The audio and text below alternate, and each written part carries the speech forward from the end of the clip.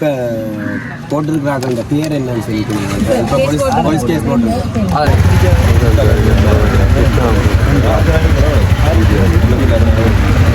உங்களுக்குன்னா இப்போ நீங்கள் பிடிச்ச கொண்டு போனது தானே உங்களுக்கு வன்முறை ஏதாவது நடந்தாங்க? வன்முறை நடக்கல. போலீஸ் உங்களுக்கு ஏதோ ஒன்று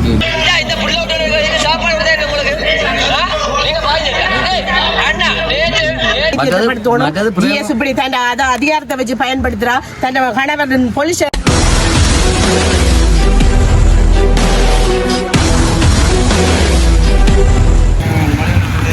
நீங்கள் வழக்க முடிஞ்சு வந்தீங்கன்னா தான்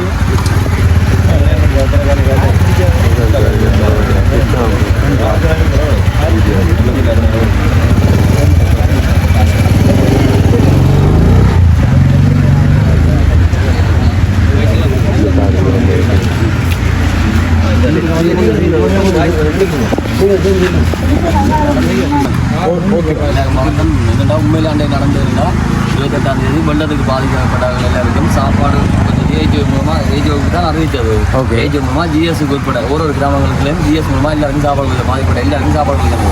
அப்போ கட்போகத்தில் முதல் பாதிக்கப்பட்ட முழு வீட்டை இந்த முறை அடித்த வெள்ளத்தில் முழு வீட்டையுமே வெள்ளம் வந்தது. வேறு வீட்டு எங்கட வீட்டை முழுனா எல்லா வீட்டையுமே வெள்ளம் வந்தது.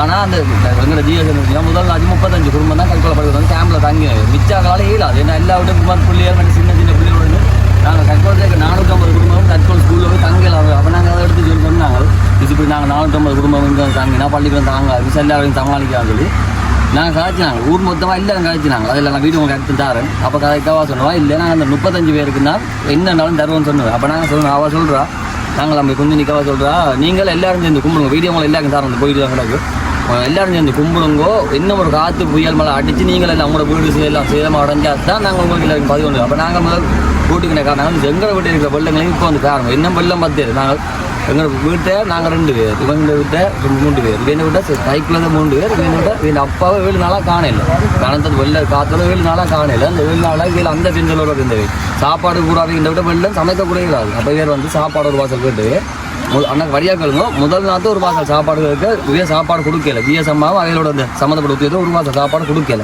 ஆனால் அந்தண்டே புனிதநகர் கேம்பில் உண்டு எல்லாத்திலோட கேம்பில் சாப்பாடு கொடுத்து குறிப்பிட்ட சில ஆட்டோவில் சாப்பாடு காலத்தில் ஆட்டோவில் 70 வாசல் சாப்பாடு மிச்சம் வந்தது. அந்த ஒரு சாப்பாடு பெறுமதி 300 ரூபா பெறுமதி தான் பெறும். அது கூட நான் சாப்பாடு போய் கொடுக்கல.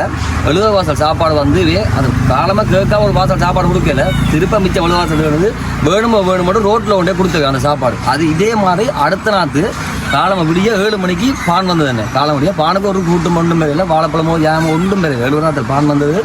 எத்தனை நாத்தாலும் குறிப்பிட்டது எனக்கு நான் பார்த்தல 7 நாத்தில் பான் கண்டேன். பான் வந்து 11 மணி மட்டும் சாப்பாடு தெரியல. நாங்கள் ஜிஎஸ் கேட்டாங்க. அந்த எங்களுக்கு நாங்கள் எல்லாம் கடத்தொழிலாம் செய்கிறாங்க. கடத்தொழிலால் அழிவு பதிவை வாங்குவோம்னு சொல்லி ஜிஎஸ் ஆஃபீஸுக்கு எங்களை கிடைச்சி சொன்னது கடத்தொழில் எல்லாரும். அப்போ ஊர் மொத்தமாக நாங்கள் எல்லாருமே கடத்தொழில் அங்கே போய் தான் போனாங்க. கேம்பில் இருந்தாக்கலாம் இருந்தது, உங்களெல்லாம் இருந்தது.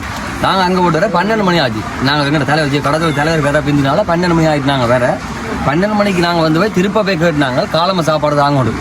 நான் இன்னும் ஒரு வயசு போன ஒரு அம்மா அதில் வீடியோ எல்லாம் இருக்குது. அவருக்கு மகனுக்கு ஏலாது சுகமில்லேருந்து ஹாஸ்பிட்டல் தான் வந்து மற்ற தாய்க்குள்ள வந்து அம்மா வைக்க சாப்பாடு தெரியல.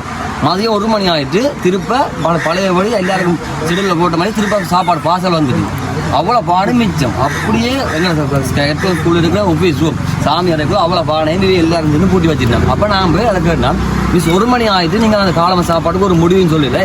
இதுக்கு தொடர்ந்து 3 நாளாக பிள்ளைகளுக்கு காலமையில பான் தான் கொடுக்கணும் வழியா வேறு சித்தினா ஸ்கூல்லாம் பான் அனுமதி இல்லைன்றாங்க. 2 நாளைக்கு மேலே கொடுக்கணும். இதே தொடர்ந்து பான் கொடுக்கவே நிப்பாட்டின சித்தினா ஸ்கூல் இதே காலமையான் பானை திருப்ப இரவு வச்சு கொடுத்தது.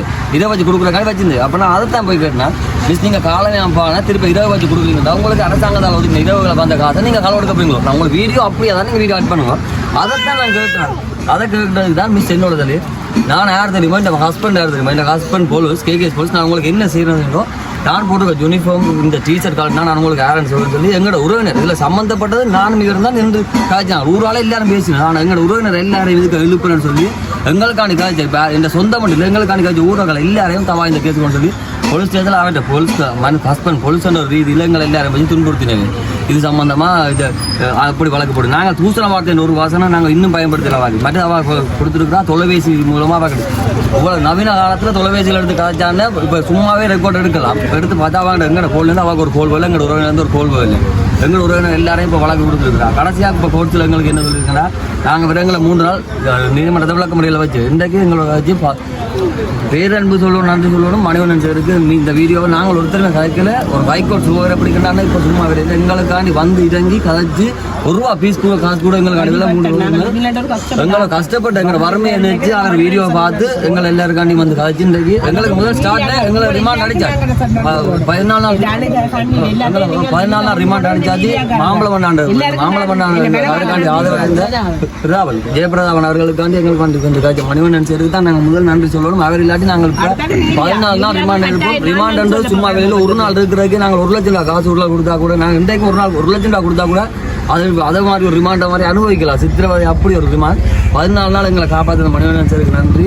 இது சம்பந்தமா நாங்கள் எங்களை எல்லாரும் இப்போ எங்களுக்கு எதிராக என்ன வழக்கு தாக்கல் செய்து இப்போ வழக்கு போட்டீங்கன்னா நாங்கள் அரசாங்க ஊழியருக்கு தகராறு செய்தமை என்று, மற்றது தூசண வார்த்தையால் பேசினது, மற்றது அவாக்கு அச்சுறுத்தல் விடுத்தது, மற்றது தொலைபேசி மூலம் மிரட்ட விடுத்தது போட்டுக்கிறாங்க. இன்றைக்கு எங்கள் அண்டைக்கு வாய்ச்சி இன்றைக்கு கூடுதலாக ஒரு 2 வசனம் சேர்த்துக்கணும். இன்னும் சிலர் அவா இன்னும் மிரட்டி கொண்டு இருக்கணும்னு போட்டுக்கணும். மற்றது எங்களுக்கு எதிராக சாட்சியங்கள் கூட இருக்குது.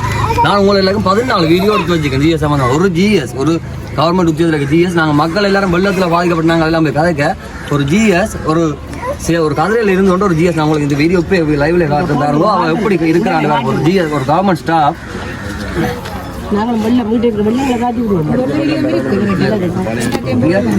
எல்லாரும் உங்களுக்கு ஒரு கவர்மெண்ட் ஸ்டாஃப் நீங்க அப்படியே பாருங்க. மேசியில் இருந்து காலில்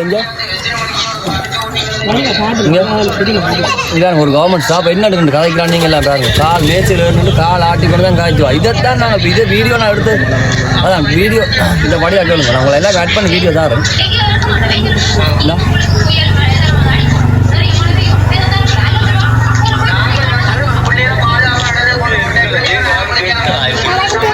இதுதான் நாங்கள் காய்ச்சோம். இதுவும் இதை மாதிரி இன்னும் 14 வீடியோ இருக்கு. நான் உங்களை எல்லாருக்கும் தாரேன். ஜிஎஸ்எம்மாக நாங்கள் ஒரு வசனம் கூட நாங்கள் தூசணத்தால் பயன்படுத்தலை. ஆனால் அவன் எங்களை கொண்டு கொடுத்துருக்குறா. ஐயா காட்டு மிஸ் ஆண்டி தான் நினைச்சிருக்கணும். அந்த வீடியோவை போட்டு விடுங்க.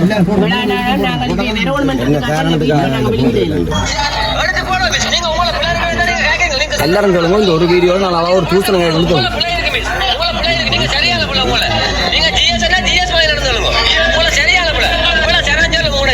ஒரு நாளைக்கு இவ்வளவு காசு நீங்க என்ன செய்றீங்க அண்ணா? காலமா வந்த பாட் இன்னும் கொடுக்கல, இன்னும் கொடுக்கல, அப்படியே கிடக்க ஒப்பீஸ் கொடுங்க. என்ன செஞ்சீங்க? 15 மணி நேரம் தந்தீங்க சாப்பாடு இல்லையா? ஒரு செய்யற முடியாது. உங்களை விட்டு காசு நீங்க செய்யல. இந்த பிள்ளை சாப்பாடு உங்களுக்கு நீங்க பாருங்க. அண்ணா நேற்று லிஸ்ட் பண்ணிக்கிட்டே 300 பேர் நேற்று லிஸ்ட் பண்ணிக்கிட்டே 300 பேர் புதுசா இது எல்லாத்தையும் நீங்கள் ஆட் பண்ணுவோம். இதை விட நீங்கள் வேறு கேட்கலாம் கேளுங்க. நான் சொல்கிறேன். இதோட எனக்கு தெரிஞ்ச நான் நடந்த எல்லாத்தையும் சொல்லிட்டேன். வேறுக்கண்ணா இப்போ நீங்கள் பிடிச்ச கொண்டு போனது தானே உங்களுக்கு வன்முறை ஏதாவது நடந்தாங்க? வன்முறை நடக்கல. போலீஸ் நிலையத்தில் எங்களுக்கு எதாவது ஒன்றும் செய்யல. ஆனால் அவள் மிஸ்தான் வந்து திருப்ப எங்களை 2 எங்களோட சொந்தக்காரர் எல்லாரையும் திருப்பாவே வந்து தன்னோட அடிபடணும்னு சொல்லி தொலைபேசி பிள்ளைகளோட இருக்காங்க கூடுதல் தம்பியாக்கள் 2 பேரை இப்போ திருப்பி என்ட்ரி போட்டு இருக்கிறாங்க. அதுக்கு என்னன்னு சொன்னா அதுக்கு எங்களுக்கு அதுக்கெல்லாம் உண்மையிலேயே ஒரு ஆறுதலா இருந்தது. எனக்கெல்லாம் ஒரு உதவியுமே இல்லை. எங்களுக்கு அதாவது உறவுகள் இல்லாட்டாலும் ஓடி வந்த அக்கா அந்த பிள்ளையை தள்ளி விட்டதில்ல விஷயத்துல அந்த பிள்ளைகள் 2 மாதத்துல நீங்க மீடியா எல்லாருக்கும் தான் நன்றி சொல்லணும். நாங்கள் எல்லாம் கடைசி அடிமட்ட கஷ்டப்பட்ட ஆட்கள். நீங்க இந்த சோசியல் மீடியாவை விட்டபடியா தான் ஒவ்வொரு தரம் பார்த்து பார்த்து பார்த்து எங்களுக்குரிய தீர்வை தாங்கன்னு உங்க எல்லாருக்கும் நான் ஒரு கை கூப்பி உண்மையான நன்றி சொல்றேன். எல்லாருக்கும் மீடியாக்கள் எல்லாருக்குமே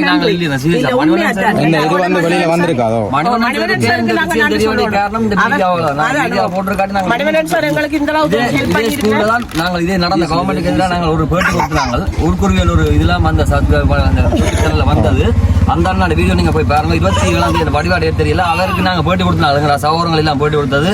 காலம் 6 மணிக்கு கேம்பில் கொண்டு அடைச்சவங்க எல்லாரும் வெள்ள விட்டு போயிட்டு அவங்க கூட்டிட்டு போனது. கேம்பில் 5 மணி மட்டும் கேம்பில் ஒரு பச்சை தண்ணி கூட தெரியல. நாங்கள் ஊர்க்குருவியல் நீங்க யூடியூப்ல பாருங்க சேனல் விட்டவர் முழுக்க அப்படி நடந்த முழுக்க சொன்னாங்க. அந்த வீடியோவை ஜிஎஸ் ஆஃபீஸர்ல வேற ஒரு ஜிஎஸ்க்கு நெருக்கமானவராக எங்களோட ஊரை வச்சு அவர் எடுத்து காட்டினோன்னு தான் ஜிஎஸ் அண்டையில இருந்தாலும் எங்களுக்கு தன் ஹஸ்பண்ட் யாருன்னு சொல்லி தன் இதை வச்சு செய்யக்கூடிய செய்கிறார்.